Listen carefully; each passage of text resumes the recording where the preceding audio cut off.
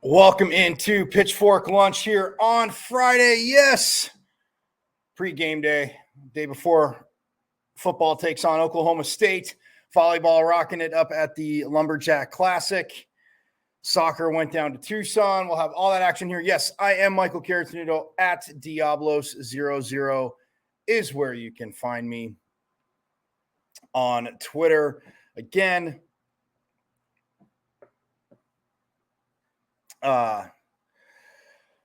happy you are here. Again, it's been an interesting week. Shout out to JJ Van Neal, again, ASU women's volleyball head coach, joining us yesterday. And they went and took on, they're playing in the Lumberjack Classic. So, like you said, a pseudo local matchup, but just about, 2 hours up the hill to Flagstaff. And they are playing in that. They did get the win in 3 sets yesterday over NAU 25-11, 25-10, and 25-13.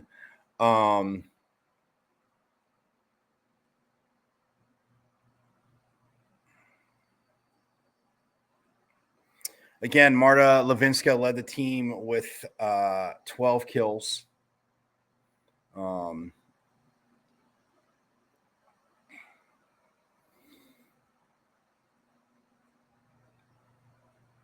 And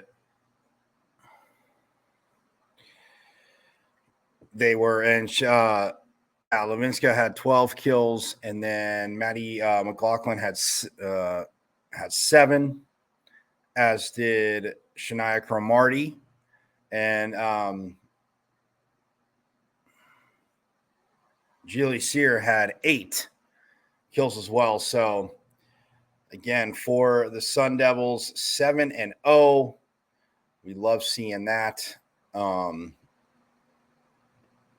As they beat NAU. Now, today at 5 p.m., they will be taking on the Broncos of Boise State. Again, in Flagstaff. So, look, man, Coach Van Neal was talking about it yesterday. I mean, this is a team that, in them gelling and the players he brought in from the transfer portal, the returners and the freshmen, like they've come together, and they've had the road trips. You said yesterday, so I said, did you inherit this tough schedule or this schedule, or did you have to make it. And, you know, he got hired and he still had to make a schedule. So it's tough because a lot of teams, like he said, as you know, already made their schedules and just couldn't find enough to come here to Tempe. So literally their maroon and gold scrimmage was their last home game. And in looking at that, it's one of those things where good and bad. Yes. I mean, and like you said, players got to mesh, but you go on a trip to Florida Gulf Coast, Fort Myers, and then the borderland that they played in, obviously hosted by UTEP and New Mexico State. So back and forth between, El Paso and Las Cruces, which again, not that far, but, and then this weekend in Flagstaff, next weekend, the Beale Street Invitational, which will be held, yes, Beale Street, a lot of you know, in Memphis. So that's where they're headed. And they are 7-0. And like he says, it's early and pardon me, sorry. It's early, but the good news is, yes, you get these wins, you build this momentum and the chemistry too. Like he said, yes, you do have,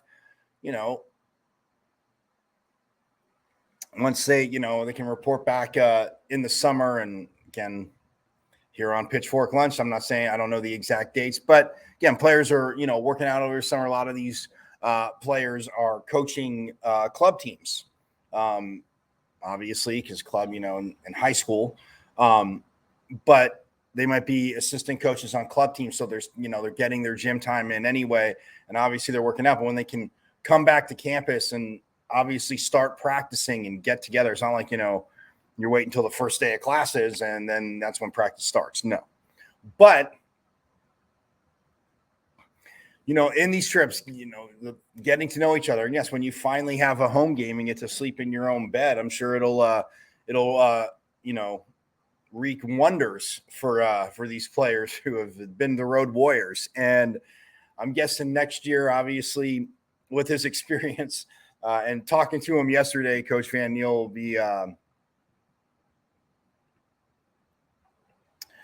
will be very happy to get at least one weekend here before his so his team doesn't have to hit the road every weekend. But nonetheless, it is very awesome. So yeah, so glad you're checking us out. Again, you can see me live on my Twitter at Diablo00, on LinkedIn, or no, on YouTube and LinkedIn. Yes. No, Twitter, Facebook, and YouTube. Sorry. Yes, my YouTube. And also, yes, on KSRN. Yes, don't forget, you can check me out live here on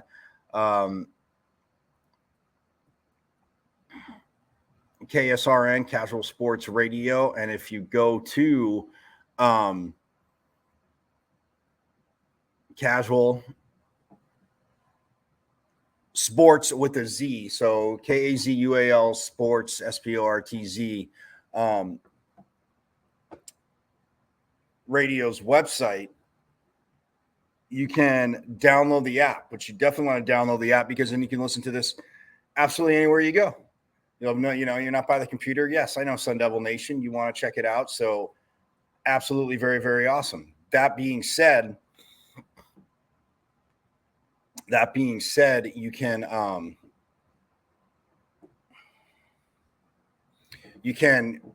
go there, download the app.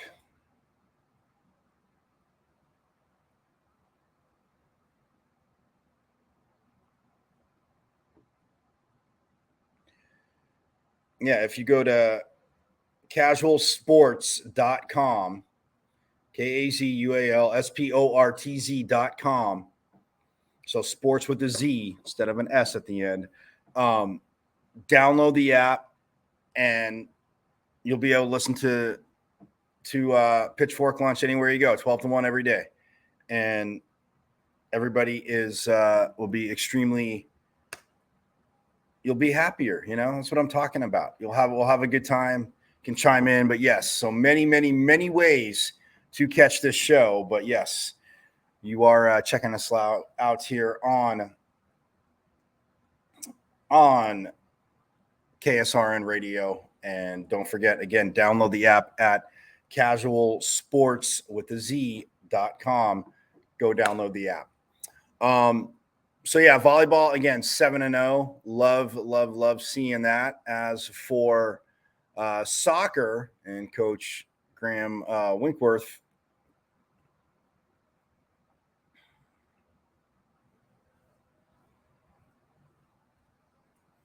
yeah, they won again, of course, too. I shouldn't say of course, come on. But another close one yesterday afternoon, 1-0 over Utah State.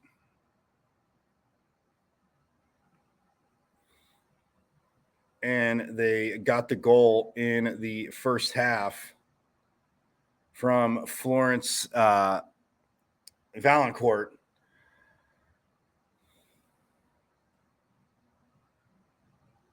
And they were able to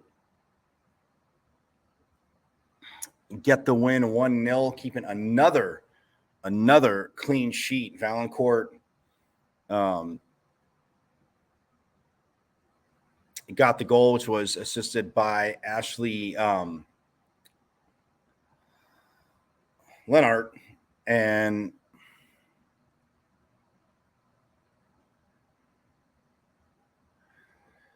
Ashley Liner, pardon me.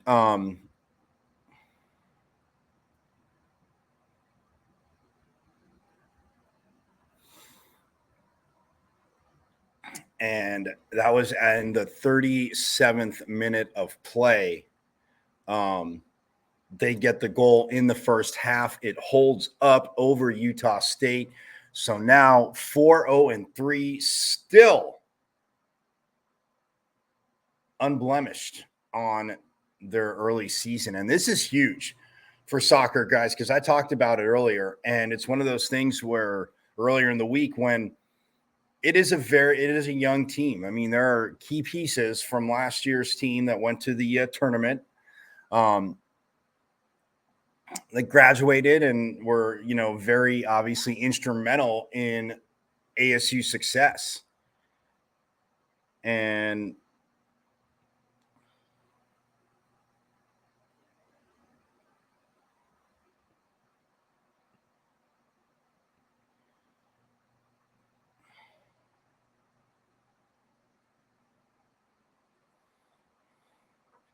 they Nicole Douglas, obviously a grad student. She had such a phenomenal career. As a forward, and just, as coach say, had a nose for the net. She played with in their system, in the game, but always seemingly when the Devils needed big goals, Douglas was able to deliver. And her being from London, England, but again, still a grad student, and she was a grad student. And just that, Sun Devil fans think, wow, you're losing that production, that presence on the field, and just, and because in the beautiful game, as they call it, it is very very important to do that, or to have that feel. But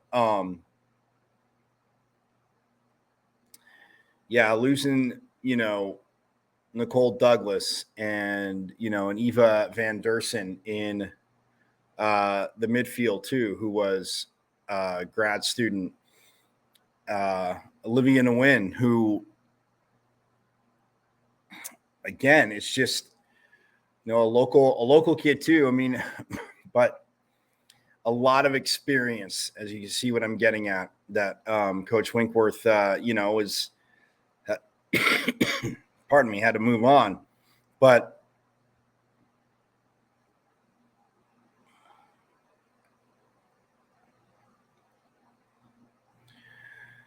they are. And, 4-0-3, not too shabby of a start. And yes, you would like, some of those draws to have gone your way. But again, that draw at against Mississippi State here in Tempe from a team that went to the second round of the tournament last year, absolutely huge. So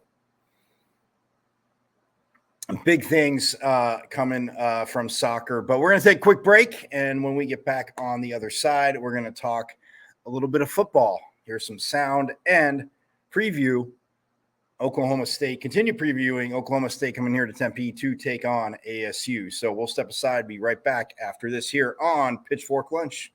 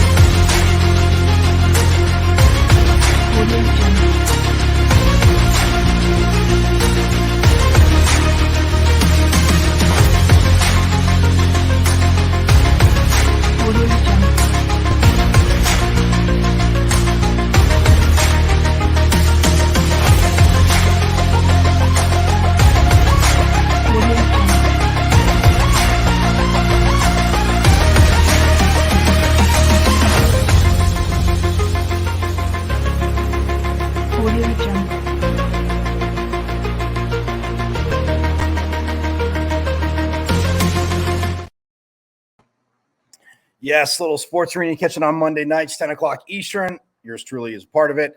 And the National Scouting Combine, January 8th through 12th. And, man, for players, that might not be invited to the Combine, for draft-eligible players, this is a phenomenal platform to be a part of. And it's been going for 12 years now. I'll get the straight facts on that, but I want to say 12 years, but either way, they do a phenomenal job. Like you saw, they're getting all the testing and coaches, and these are guys that have coached and played at the highest level. So yes, that's coming up. But back here on Pitchfork Lunch, so glad you're with us here again. Don't forget, download the KSRN app, the Casual Sports Network. You can go to casualsports.com, KAZUALSPORTZ.com. Download the app. You can take Pitchfork Lunch with you and all the phenomenal programming anywhere you go. So you can have the app. Boom. Download it. Absolutely perfect. But we are back. And yes, I said we're going to talk a little football. And more so looking at the side of the Arizona State defense matching up against the Oklahoma State offense. And Kenny Dillingham from earlier in the week, going to hear him talk. I mean, talking about how practice wrapped up on Wednesday, but just, again, matchups with Oklahoma State and how his quarterback, Jaden Rashada, after that first start, but looking forward to see the start that Rashada will have against Oklahoma State. So without further ado, here is Coach Dillingham. Hi. How'd your day go? Yeah, defense I thought did well. Offense, I don't think we put in the work before we got to practice, and it shows up.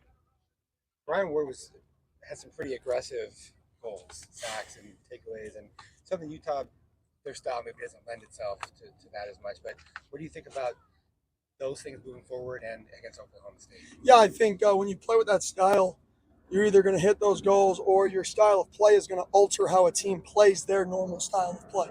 So if teams don't want to play their normal style of play because of the pressure, right, then obviously those goals will be lesser than what are expected if people are adapting and trying to limit what they do offensively.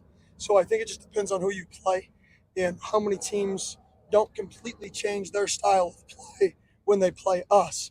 And when they do change their style of play, our theory is we already got you to change what you do, so we feel like we already have an advantage.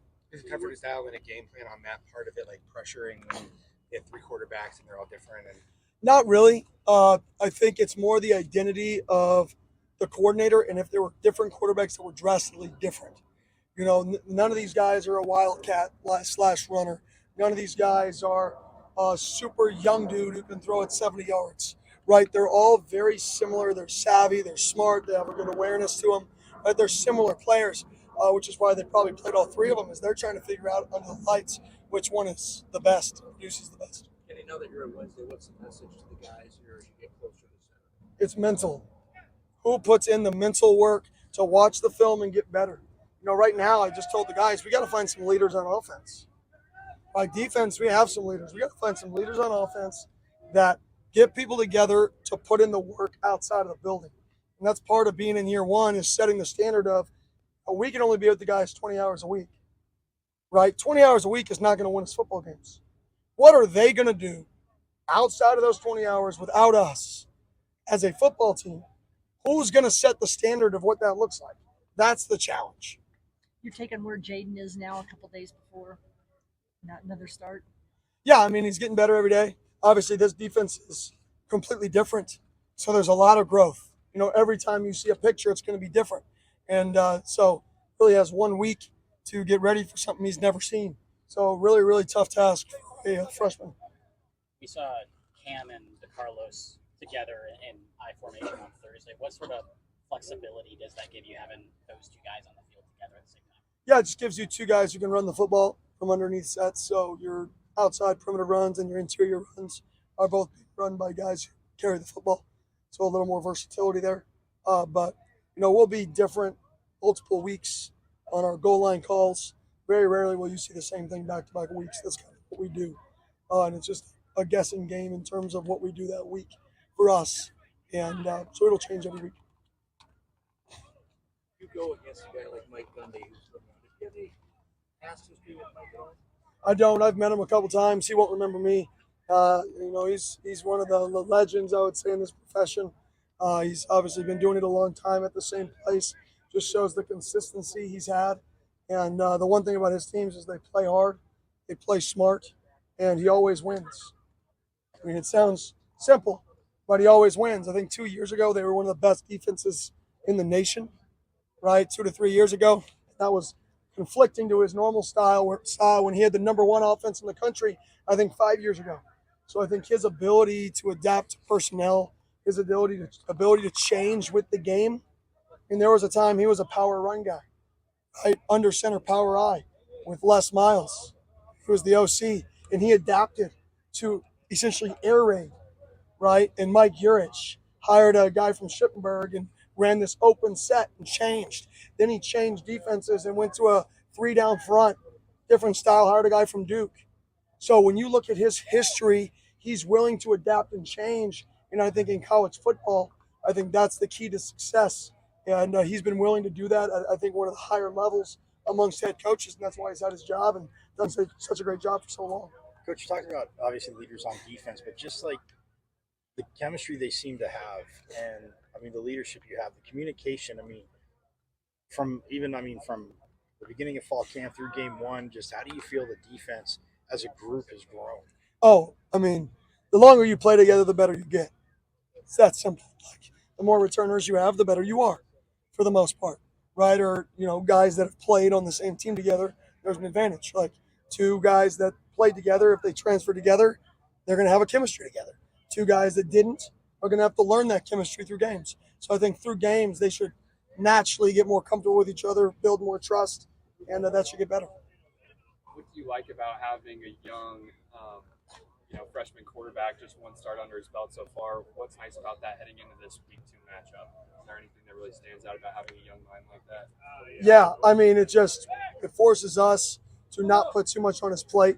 Really challenges us to create schemes that are sound, but schemes that allow him to play fast, right? And try not to make him think about all the other stuff and just let him go play football. So I actually like that part, that we have to really challenge ourselves to find the simplest way to be as schematically sound and create numbers, leverage, and grass for our guys as possible. And it's hard to do both. It's hard to be simple and create leverages, right? It's easy to be complicated and create leverages because you can check into good plays. But when you want to, keep things simple, how can you get into those calls that can get you the best leverages without being complex for a young guy? Would you say to a certain point that making it easier on the quarterback almost makes it easier on the team as a whole? Mentally, to know what to do, yes. Awesome.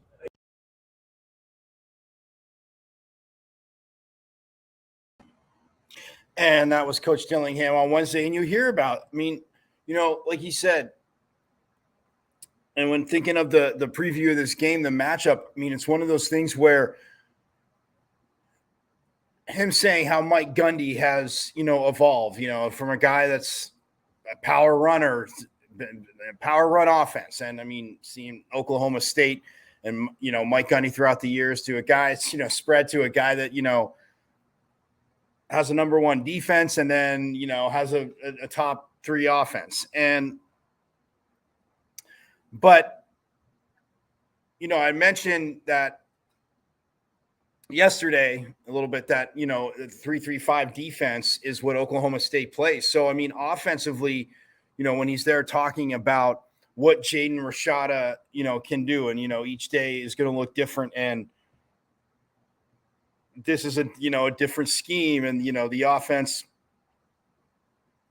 and how Bo Baldwin and Coach Dillingham obviously with what they want to do offensively, but it's going to be tough. And then when you flip it to the other side, the defense, Brian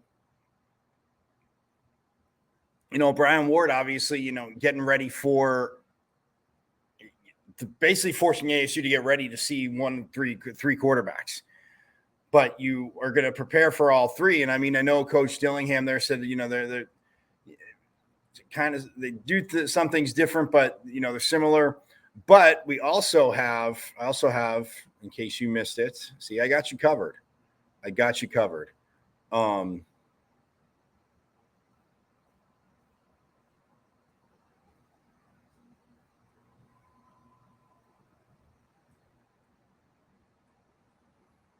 We have Coach Baldwin. Sorry. Didn't mean to keep it suspenseful there.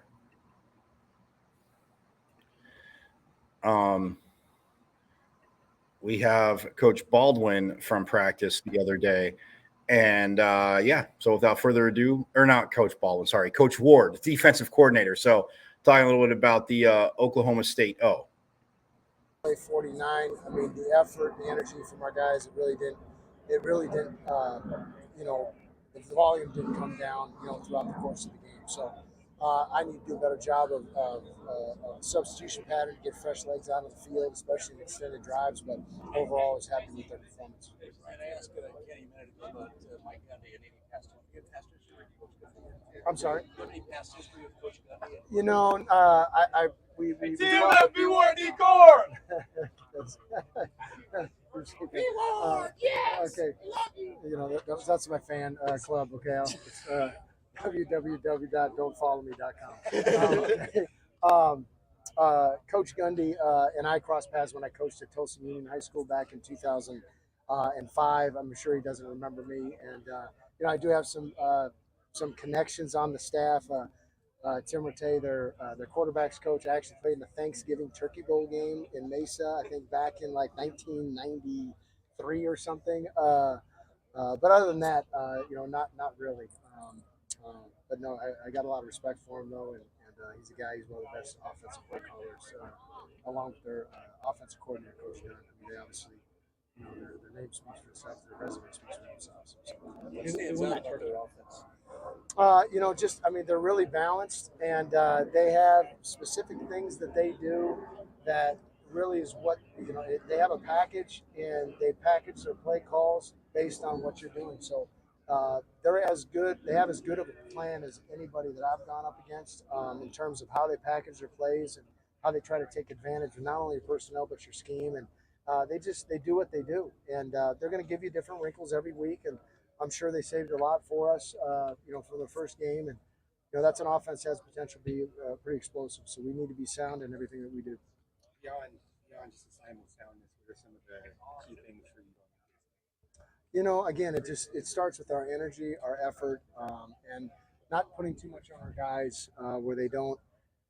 You really don't want them to have to think. I mean, they run a lot of tempo, and they're a very up-tempo offense. So if our guys, and that's what they're trying to do, they're trying to get you out of a fit, out of position, get one guy to blow a coverage or blow an alignment up front, and that can create explosives to their offense. So like I said, they have a rhyme or reason to whatever they do, and can't say that for everybody we're going to play this year, but they have a great plan. And the three quarterbacks, does it really change how much about them because they're similar in some ways? Yeah, they're all pretty similar. I think number 13 runs the ball a little bit better.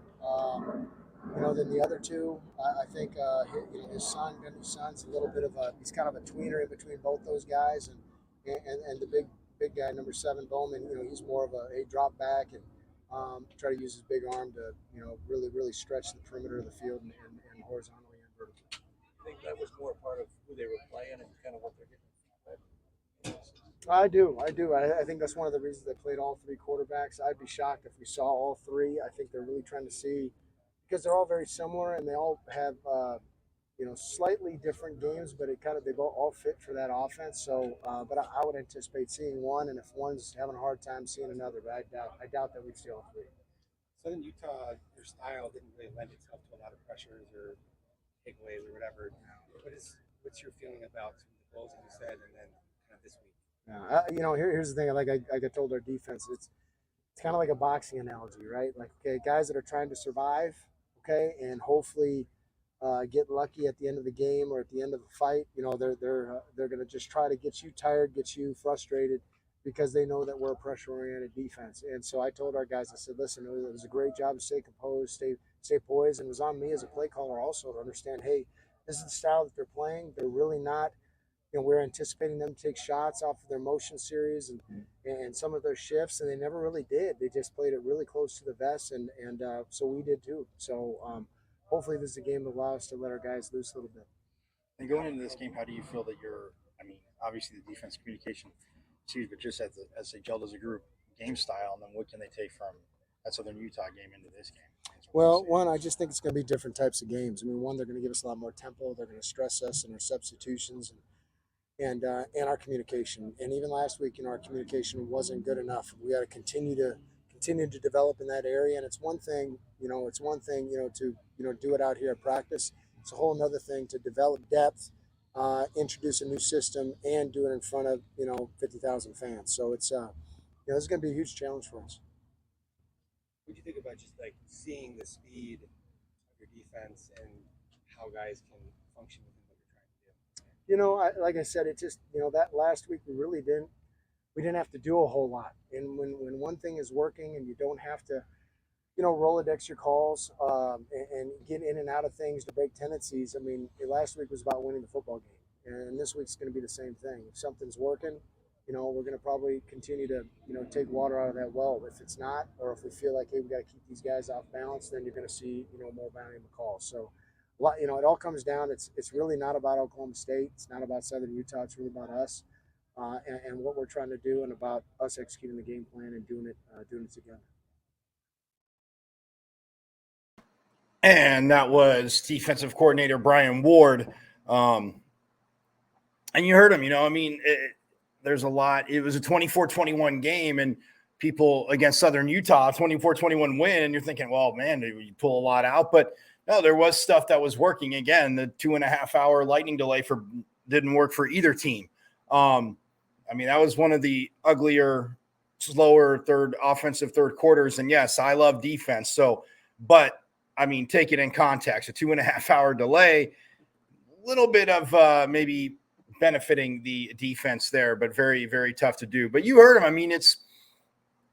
he says he doesn't think they'll see all three quarterbacks. And, that is the tough part, but you still, with Oklahoma State doing that last week, you're still making ASU prep for that. So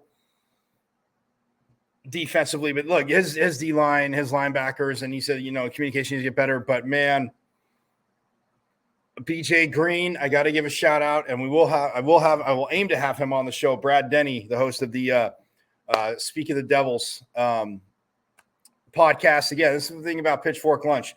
We're all inclusive. We're pumping up, obviously, Sun Devil Sports, Sun Devil Nation, Sun Devil Sports, but other things. I'm not sitting here acting like they don't exist, but Brad Denny calling BJ Green the Wrecker of Worlds, so he could probably get his own superhero movie.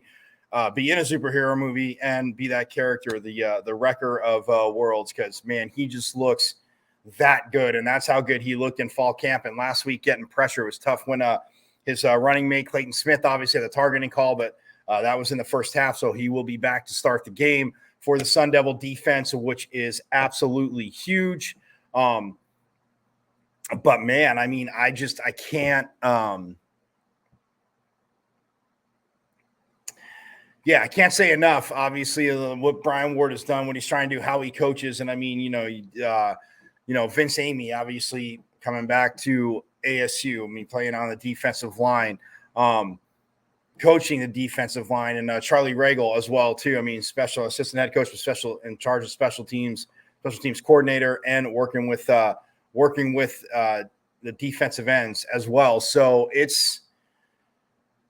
is. I love defense, and I love the attitude of it. And, obviously, AJ Cooper working with the linebackers. Sorry, I was going to get that position out sooner or later.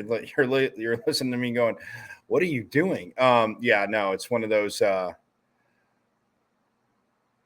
those things, but no, I mean, like I said, AJ Cooper working with the linebackers and just and Brian Carrington working with the corners. I mean, the defensive backs, working with the corners, working with the safeties, and it's just, you can see it coming together. And defense, I mean, they've just kind of had this attitude all camp long, and you're going to need to see it. We're going to need to see that attitude. Smart, obviously, be smart about it, but the aggressiveness, the nastiness, but just that attitude against Oklahoma State Saturday night when it's supposed to be hot. So, yeah, I mean, that is that, and I look, what can this secondary do? I mean, Ro Torrence, I mean, this young man, yes, he has a shot to be an NFL corner. I mean, he's got that body, 6'2", 6'3", long. I mean, just quick. I mean, you're not really too many people, and this year in this system, like he's going to blossom even more. And I mean, Jordan Clark, I mean, just is a ball magnet as that seemingly nickel back. And the young guys, I know, I talked about it in the first show, but like the young guys they have out at corner, I mean, Keith Abney, this young man, I mean, has just grown leaps and bounds. I mean, a true freshman from Texas.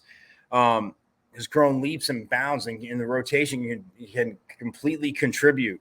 Jojo Cox, he is, again, in the secondary, just wrecking it. And they have a few others. Montana Warren,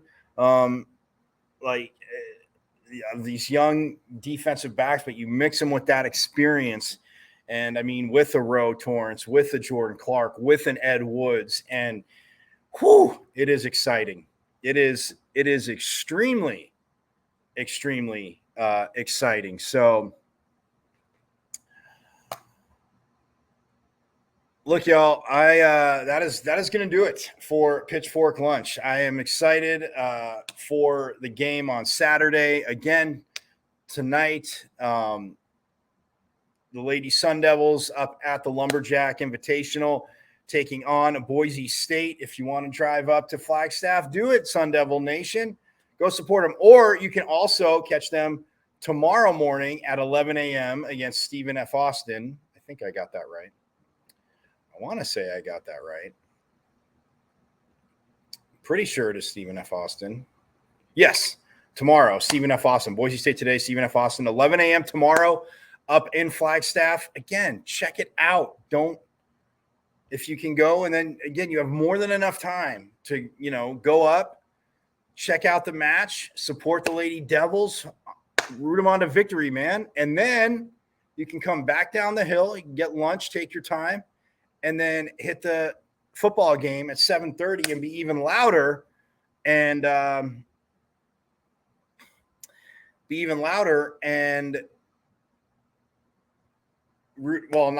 that you shouldn't be loud at the volleyball match, I'm saying, but just be as loud and as rambunctious and cheer for the Devils. So yeah, got all that going right there. So I'm out. I will see you on Monday, same bat time, same bat channel, 12 o'clock. And we will, again, be wrapping up the game and talking about what's coming up next week, see how soccer did, and obviously how volleyball finished up at the Lumberjack Classic. Maybe some early stuff with hoops and news on golf. We'll have it all. So I'm going to get out of here. Everybody have a great weekend. And yes, you guys know, as always, right? Forks up.